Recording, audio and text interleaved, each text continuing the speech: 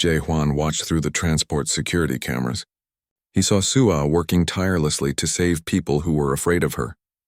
He saw her gentleness and patience. He felt proud of her and sad that such kindness had to overcome such fear. Before leaving, the Earth fleet left supplies, medicine, and several protection drones to guard the transport until help arrived. They departed without asking for thanks or payment. Jae-hwan filed his report with both Earth Command and the Council. It was a simple rescue operation. Nothing more. But in the damaged transport, the survivors sat in confusion. Humans had saved them. The predators had been gentle and helpful. Everything they had been told seemed wrong.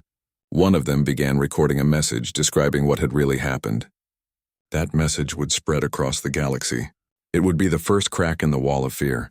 The misunderstanding was deepening, but so was something else. Truth was beginning to emerge. The message from the rescued transport spread quickly through galactic networks. Survivors shared their story with anyone who would listen. The humans had not attacked them. The humans had not hurt them. Instead, a human medic had treated their wounds with gentle hands. Human ships had protected them from further danger. Human supplies had saved their lives. Some aliens dismissed the story. They said the humans were playing a long game, earning trust before revealing their true nature. But others began to wonder, what if they had been wrong about humans?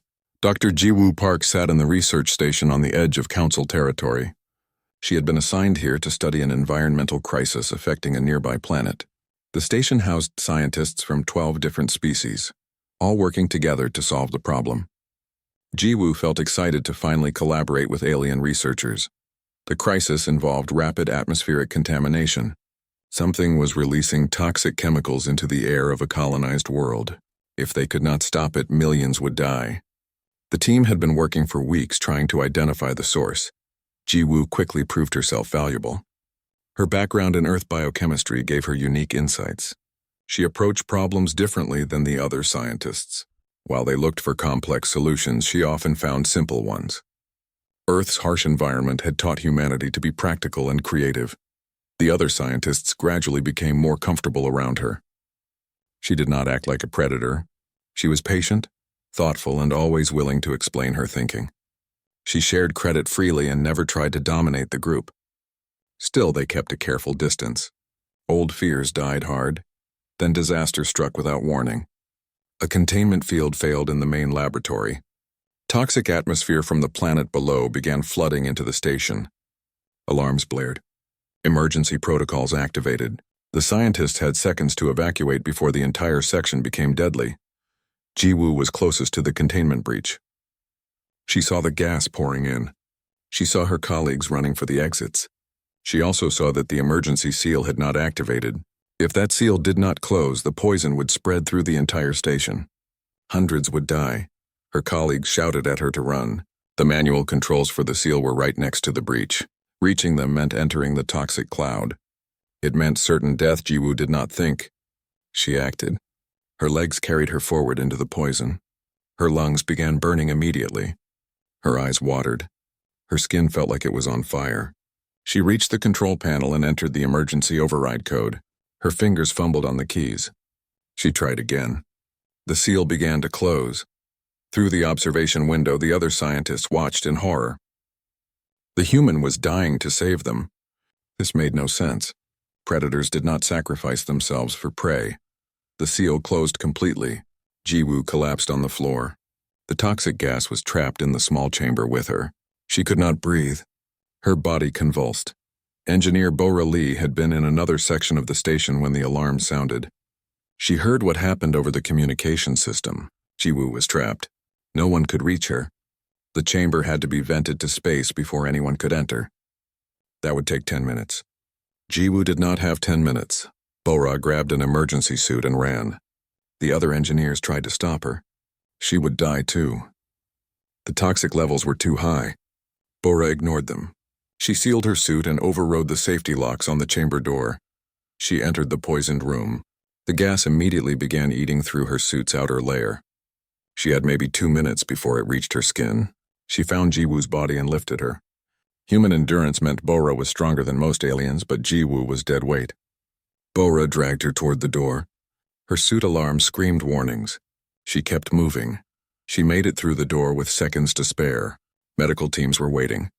They rushed Jiwoo to the emergency bay. Bora collapsed against a wall, her suit smoking and damaged. She had saved her friend. The alien scientists gathered outside the medical bay. They did not understand what they had witnessed. One human had died to save them. Another human had nearly died to save the first human. These were not predator behaviors. These were acts of pure selflessness. Jiwoo survived. The medical team worked for hours to heal her damaged lungs and skin. When she woke, her first question was about the station. Was everyone safe? The doctors confirmed that yes, everyone was safe because of her. News of the incident reached the council station. It arrived just as another event was unfolding. Lieutenant Tae-Yang Choi had been assigned to protect council member Torin. Despite their earlier conversation with Hye-jin, Torin had requested human security. If humans were going to be on the station, Torin wanted to study them closely. Having a human guard seemed like a good way to do that. Tae-Yang took his assignment seriously. He stood outside Torin's office, alert and professional. He had noticed several suspicious individuals watching Torin over the past few days. He filed reports, but council security said they were investigating. Tae-Yang's instincts told him something was wrong. He was right. An assassin struck during a council session. The attack came without warning. A weapon fired from the crowd. Tae-Yang saw the movement. His training took over. He moved faster than the alien security guards could track. He threw himself between Torin and the weapon blast. The energy hit him square in the chest.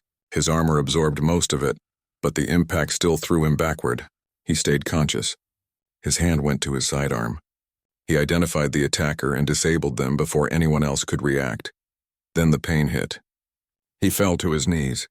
Medical teams rushed forward. Torin stared at the human who had just taken a lethal blow meant for him. In the medical bay, Torin visited Tae-Yang. The human's chest was heavily bandaged. He would recover, but he had been very close to dying. Torin asked the question that everyone wanted answered. Why did you do it? Why would you die for someone you barely know? Tae-Yang looked genuinely confused by the question. Because it was my job. Because you needed protection. Because it was the right thing to do. His tone suggested these were obvious answers. Why would he not protect someone in danger? Torin left the medical bay with a completely changed perspective. The humans were not hiding their predatory nature. Their predatory nature had evolved into something else entirely. They were protectors, guardians.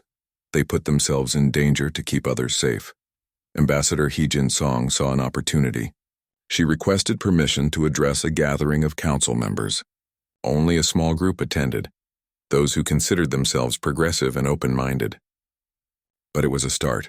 Hye-jin spoke clearly and honestly. She explained human evolution. She talked about how humans survived by working together in groups. She described pack bonding not as a threat, but as a strength. Humans considered their group as family. They would protect family with their lives. The key point was that humans considered everyone as potential family. She explained that yes, humans had hunting instincts, but those instincts had transformed over thousands of years. Humans hunted to feed their families. They fought to protect their communities. The same traits that made them effective hunters made them effective protectors. The aggression that aliens feared was actually defensive aggression. Humans attacked threats to their pack. They did not attack their pack. And the most important point, humans pack bonded with other species easily. They already had. Earth had thousands of stories about humans befriending animals, protecting endangered species, even risking their lives for creatures that could not thank them. If aliens gave humans a chance, they would find themselves adopted into the human pack. The council members listened. Some remained skeptical, but others began to understand. Researcher Min Ji-yoon published her paper that same week. She had analyzed dozens of Earth's predator species and compared their behaviors. The most dangerous predators were also the most loyal. Wolves protected their pack. Lions defended their pride. Bears guarded their cubs with terrifying ferocity. The pattern was clear. Predatory instincts and protective instincts came from the same source. Her paper included data from recent events. Jiwoo's sacrifice, Bora's rescue, Tae-Yang's protection of Torin, Sua's gentle treatment of the rescued survivors. Every example showed humans acting as guardians, not threats. The galaxy was beginning to see the truth, but understanding and accepting that truth would require something bigger, Something that would force everyone to see humans for what they really were. That something was coming, a threat that would test everything, and humanity would prove once and for all what kind of species they truly were. The emergency broadcast interrupted everything. Every screen, every communication device, every speaker on every station and ship. The message was simple and terrifying. An unknown hostile force had entered the galaxy. They had already destroyed 3 council worlds. Billions were dead. The enemy was advancing. Nothing could stop them. The council's defensive fleets engaged and were destroyed. These invaders were unlike anything the galaxy had ever faced. They did not negotiate. They did not take prisoners. They simply destroyed everything. Panic spread across the galaxy. Most council species had no warrior traditions. They had lived in peace for so long they had forgotten how to fight. Their defense forces were meant for pirates and sman invasion of this scale. In Nador-Needed. The request was sent to Captain Hansol Kim. Hansol read the message. His team gathered around him. They had all seen the reports of the destroyed worlds. They had all heard the casualty numbers.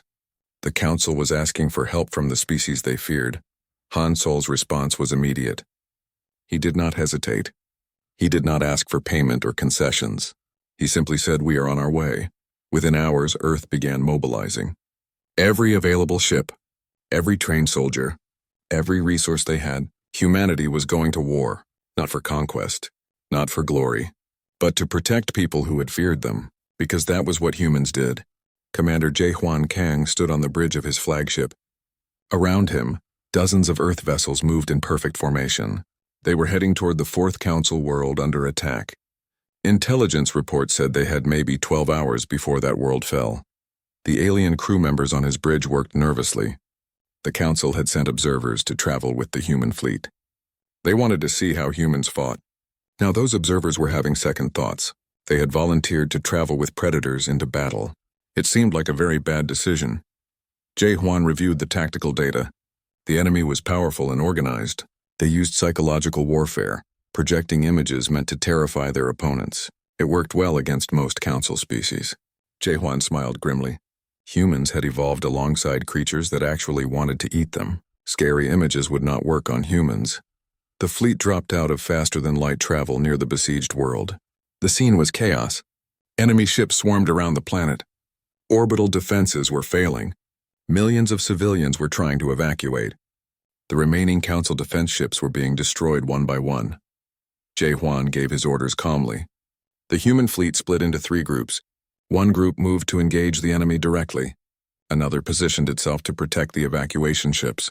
The third began attacking enemy support vessels. The coordination was perfect. Every ship knew exactly what to do. The alien observers watched in amazement.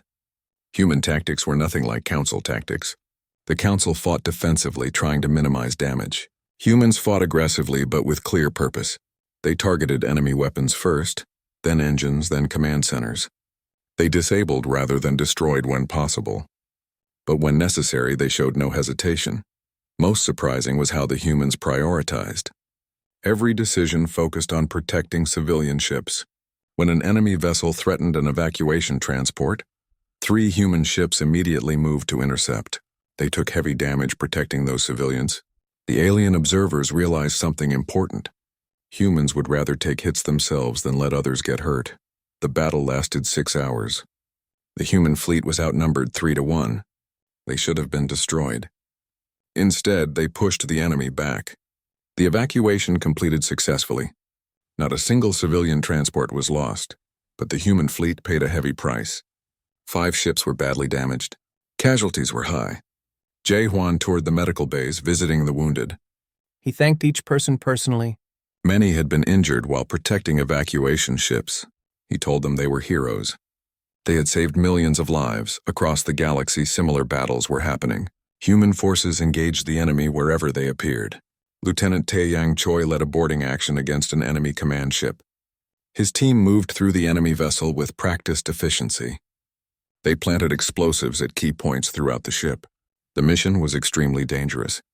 They barely made it out alive. As Tae-Yang's team evacuated, engineer Bo-Ra Lee performed an emergency docking maneuver that should have been impossible. She brought their damaged escape pod alongside the human carrier with perfect precision. The pod's engines were failing. She had one chance. She made it.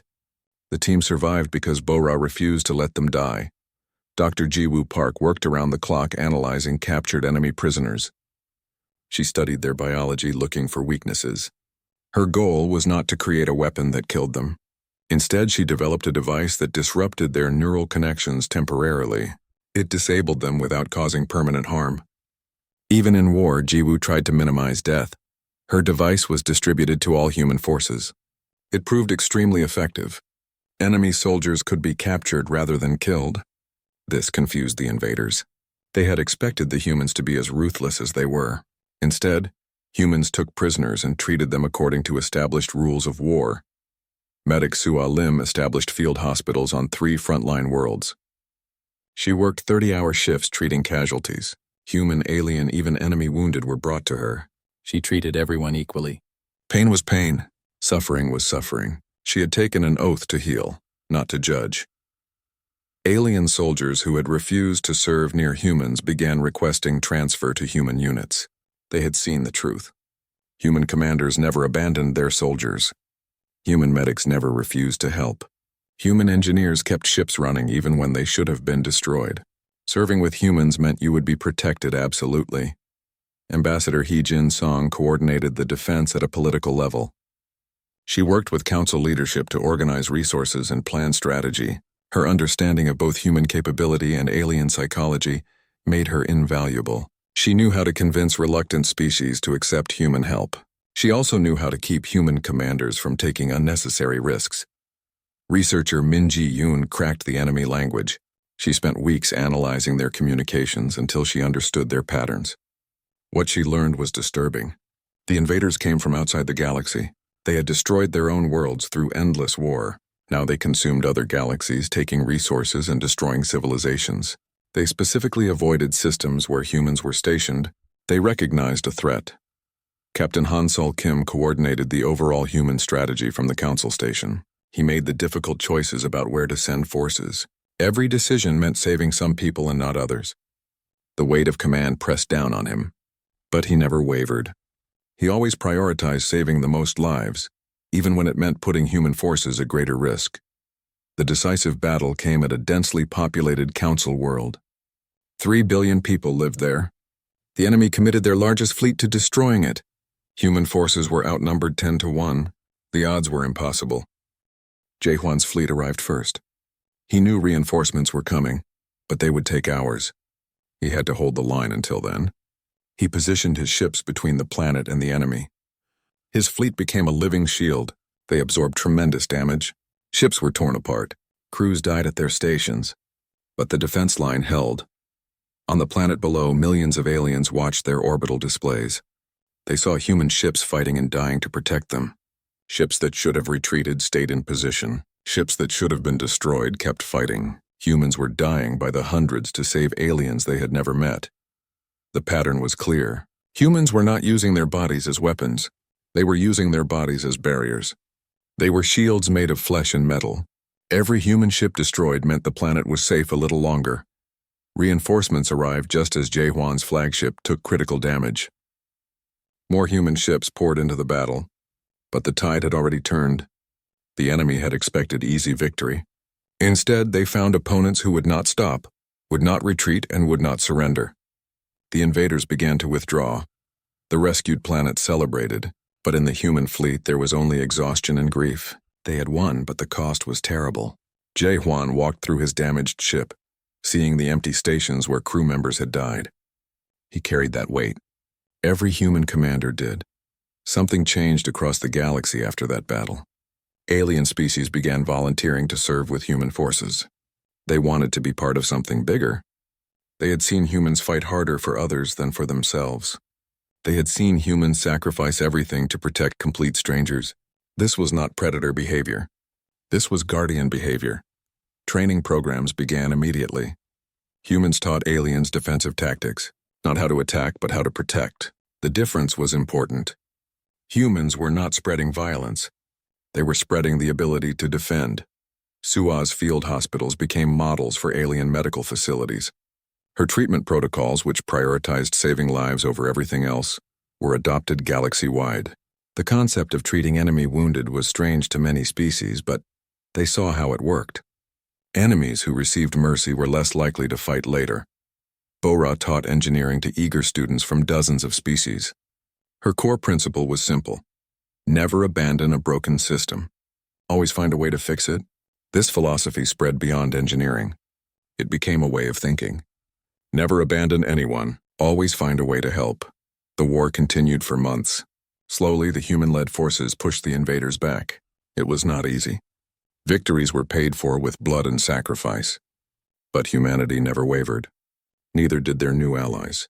The galaxy learned to fight not with hate, but with protection. They learned to see strangers as family. They learned to become guardians. Then intelligence revealed the enemy's final plan. They were preparing to destroy the council station itself. Thousands of alien representatives would die. It would shatter galactic unity. The attack would come in 48 hours. There was no time for full evacuation. Hansel made his decision quickly. He sent a message to Earth. One word appeared on every screen, in every home, in every city: help. Earth responded immediately. Every ship capable of flight launched. Military vessels, cargo ships, private yachts, everything. Civilians and soldiers alike raced toward the council station. They knew many would not return. They came anyway, because that was what humans did. When family was in danger, you did not ask about cost. You did not calculate odds. You simply helped, and the galaxy had become humanity's family. 1,000 ships raced through space toward a station full of aliens who had feared them just months ago. The greatest rescue mission in human history was underway, and every human involved knew exactly what they were doing. They were being themselves. They were being guardians. The human fleet arrived at the council station with minutes to spare. 1,000 ships of all sizes, shapes, and purposes. Behind them, the enemy armada approached. This would be the largest space battle in galactic history. Commander J. Huan Kang's damaged flagship took position at the center of the formation. His crew had refused evacuation. They would fight to the end. Around them, the makeshift human fleet formed defensive layers. Every ship became part of a living shield around the station. Inside the station, thousands of aliens watched the displays. They saw human ships positioning themselves between the station and certain death. They saw civilians in cargo ships taking combat positions. They saw a species that had been feared now preparing to die for them. The enemy attacked without warning. Weapons fire lit up the space around the station. The battle was brutal and chaotic. Human ships did not try fancy maneuvers. They simply held their positions and absorbed the damage. Every hit they took was a hit the station did not take. Jae-Hwan coordinated the defense from his bridge. His ship was already damaged from previous battles. Now it took hit after hit. Systems failed. Fires broke out. Casualties mounted. Still, they held position. Then a critical breach opened on the flagship. The bridge began losing atmosphere. Jae-Hwan ordered immediate evacuation. His crew refused. They would not leave their posts. He ordered them again, using his command authority. They moved reluctantly toward the escape pods. Jae-Hwan stayed behind. The ship's navigation could still be controlled manually. He could make one final contribution. He sealed the bridge door behind his evacuating crew. Then he set a collision course with the enemy command vessel. His dying ship accelerated toward the enemy. The impact was tremendous. Both ships exploded. The enemy formation broke apart. Other human vessels pressed their advantage. The tide was turning. Lieutenant Tae-Yang Choi led a boarding team onto the enemy's planet-killer weapon. This massive weapon could destroy the entire station with one shot. They had to disable it. His team fought through enemy defenders, taking heavy casualties. They reached the weapon's core and planted explosives throughout the system. The escape was desperate. Enemy forces tried to stop them. They made it to their transport with seconds to spare. Engineer Bora Lee was piloting. She pushed the small ship beyond its limits, dodging enemy fire. The weapon exploded behind them. The shockwave nearly destroyed their ship. Bora somehow kept them alive. Dr. Ji-Woo Park's biological weapon was deployed across the battlefield. Enemy soldiers began dropping, unconscious but alive. It did not kill them. It simply stopped them from fighting. Thousands of enemy troops were captured. Later, many of them would provide valuable intelligence. Some would even defect, horrified by what their leaders had made them do. The battle lasted 14 hours. It was the longest, bloodiest engagement of the war. But finally, the enemy retreated. Their command structure was broken. Their planet killer was destroyed.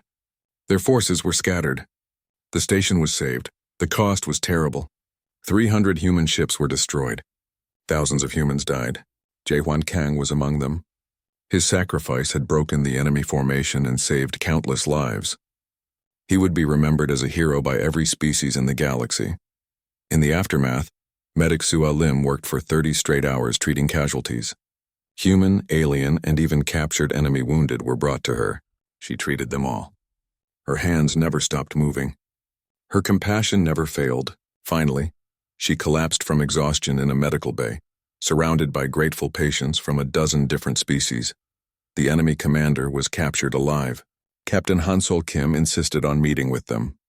The commander was a being consumed by hatred. Their species had destroyed themselves through endless war. Now they destroyed others because that was all they knew. Hansol asked a simple question. Why did humans fight so hard for strangers? The enemy commander could not understand. Fighting for your own species made sense. But dying for others? It was madness. Hansol's answer was simple. Because they needed us. Because they were in danger. Because it was the right thing to do. The enemy commander stared at him, genuinely confused. Their species had abandoned empathy long ago in favor of efficiency. They could not comprehend what humans were. The council met in emergency session. They gathered in a temporary chamber while the main council hall was repaired. Representatives from every species attended. The topic was simple: what to do about humanity. Ambassador Hyejin Song stood before them. She did not need to make a speech. Everyone had seen what humans did. Everyone knew humans had saved them. She simply asked what the council wanted humanity's role to be going forward. The vote was unanimous. All restrictions on humans were removed immediately. Humans were granted full council membership with all rights and privileges, and a new position was created, Guardians of the Council. Humans would be responsible for defending all member species. Hansol was stunned. They had gone from feared predators to official protectors. It was everything he had hoped for and more, but the weight of responsibility was enormous. Could humans really protect an entire galaxy? That evening, the core team gathered in private. Hansol, Jiwoo, Taiyang, Bora, Hyejin, and Minji sat together. A video connection showed Jaehuan's second-in-command, who had survived the battle. They toasted Jaehuan's memory and all the other humans who had died protecting the galaxy. They discussed what they had learned. Humanity's nature, which they had always taken for granted, was apparently unique in the galaxy. The ability to pack bond with other species, the instinct to protect the weak, the willingness to sacrifice for strangers. These were not common traits. These were gifts that humanity could share with the galaxy. A celebration was held aboard the repaired council station 2 weeks later. It was the largest gathering in galactic history. Representatives from every species attended. The mood was joyful and grateful. Aliens who had once fled from humans now sought them out. Children from dozens of species crowded around Sua, fascinated by the human who had saved so many lives. She told them stories and answered their questions with infinite patience. They were not afraid of her. They saw her as a hero. Bora taught engineering classes to students from across the galaxy. Her core principle, never give up, never abandon a problem, had become famous. Young aliens wanted to learn human persistence and creativity. She was happy to teach them. Taeyang trained council security forces in defensive tactics. His classes were always full. Everyone wanted to learn from the human who had taken a blast meant for a council member. He taught them that protection was not about strength. It was about commitment. The maintenance worker Pip approached Bora during the celebration. He carried a sculpture he had made himself. It showed a large figure shielding smaller ones. The title translated as Guardian. He presented it to Bora as an apology and a thank you. Bora started crying, which initially alarmed Pip until she explained these were happy tears. They embraced, and Pip was no longer afraid. Earth received news of humanity's new role with mixed emotions. Pride, certainly, but also concern about the responsibility. Could they really protect an entire galaxy? The discussion lasted for weeks. Finally, Earth's leaders made their decision. Yes, they would accept this role. Because protecting others was what humans did. It was who they were. Months passed. The galaxy changed. Human Guardian forces established bases on key worlds. Mixed species crews became common. Humans served alongside aliens who had once feared them. The relationships that formed were strong and genuine. Humans pack bonded easily, and other species learned to do the same. Captain Hansol Kim stood in the observation deck of the rebuilt Council Station. He looked out at the fleet below. Ships from dozens of species flew in formation, many commanded by humans who would die before abandoning their crews. It was beautiful. His team joined him one by one. Jiwoo had just returned from a research mission. Taeyang came from training exercises. Bora arrived from the engineering bay. Heejin finished a diplomatic meeting. Minji completed her latest report on galactic linguistics. Even Suwa took a break from the medical bay. They stood together in comfortable silence watching the stars. Finally, Heejin spoke. She said the galaxy now understood what humans always knew, that predatory instincts and protective instincts came from the same place, that the ability to hunt evolved into the ability to guard, that pack bonding meant everyone could be family. Taeyang mentioned that requests for human security personnel were overwhelming. Every station wanted human guards now. It was the opposite of how things had started. Bora added that alien engineering students were adopting human problem-solving methods. Never leave a problem unsolved. Never abandon a damaged system. Always find a way. These principles were spreading throughout galactic technology. Minji noted that dozens of species were now studying Earth languages and culture. They wanted to understand what created such fierce protectors. Her classes were always full. Jiwoo shared good news. 3 more species had requested council membership, citing human protection as the reason.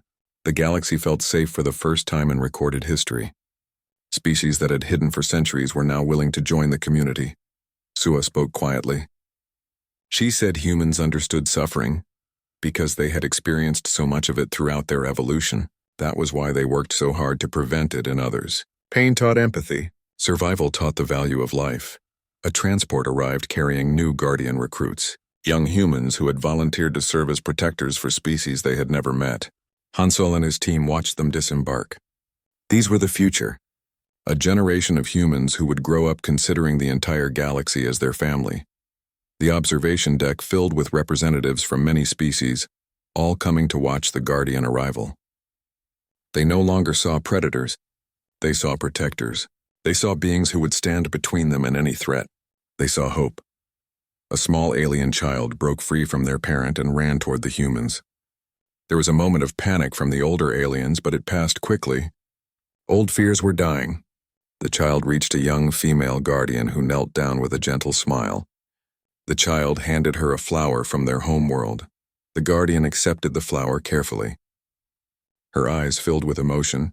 She spoke in the child's language, words that Minji had taught all the guardians. The translation was simple but powerful. I promise to keep you safe. The child hugged her. The guardian hugged back, careful not to squeeze too hard. Around them, aliens watched with understanding. This was what humans were. Not predators pretending to be kind, but guardians who happened to have predatory traits. Years would pass. Historians would mark this as the beginning of the Guardian Age. Human fleets would patrol the outer reaches. Human medics would serve on every station. Human engineers would design safety systems for entire worlds. Human diplomats would broker peace between ancient enemies. But more importantly, the galaxy learned what pack bonding really meant. Species that had never cooperated before now worked together. The concept of chosen family spread across the stars. Everyone became part of everyone else's pack. Earth remained humanity's home. But humans now had homes on thousands of worlds. They served as guardians wherever they were needed. They protected, they cared, they fought when necessary and showed mercy when possible. Because that was what predators did when they evolved empathy.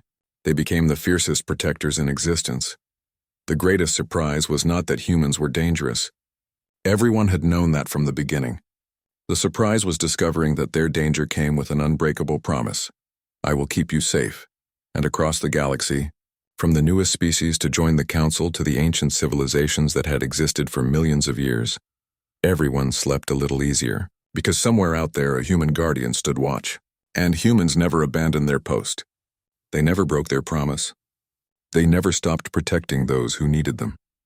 Captain Hansol Kim looked out at the stars one final time that night. He thought about the journey from feared predators to beloved guardians. He thought about all the humans who had died, proving what humanity truly was. He thought about the future, where humans and aliens would grow up together as one family. It had all started with a misunderstanding. The galaxy saw teeth and claws and hunting instincts. They saw danger, but they had missed the most important part. They had missed the love that motivated every action, the fierce loyalty that defined every relationship, the unshakable commitment to protect the vulnerable. Earth's most feared predators had turned out to be its guardians. And now they were the galaxy's guardians too, not because they were forced into that role, but because it was their nature. Because when you gave humans someone to protect, they would never let that person down. That was the truth that changed everything, and it was a truth that would echo across the stars for generations to come.